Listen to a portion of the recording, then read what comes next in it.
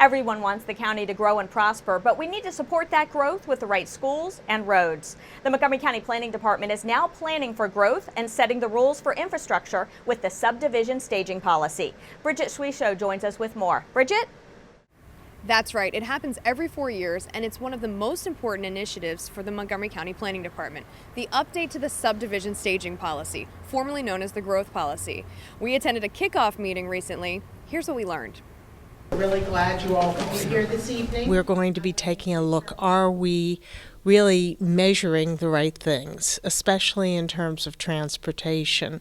We have a greater focus with infill development on transit-served areas, and how are we measuring our ability to provide transit infrastructure for new development as well as roads. And so that's a bit of a change.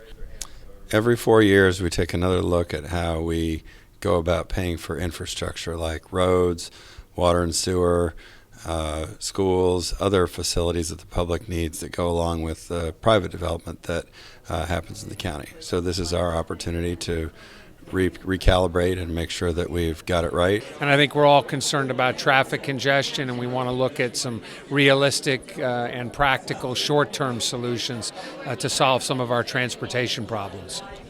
They're not comfortable about where we're going to go forward, particularly if the emphasis is more on how I increase development rather than how I protect and preserve quality of life and have development fit in with that.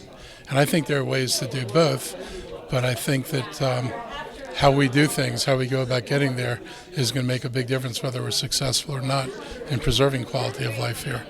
So this policy is a great opportunity to look at those rules. Now, to be clear, those rules are placed on new development. So the subdivision staging policy can only do so much. We'll reevaluate what those rules are, and it can influence new development. But we understand that the growth in our schools and the capacity of our transit systems are really influenced by several things. So while we may only be changing rules for new construction, it'll still open a dialogue for how do we plan for future development and growth. For County Report this week, I'm Bridget Schwiesow.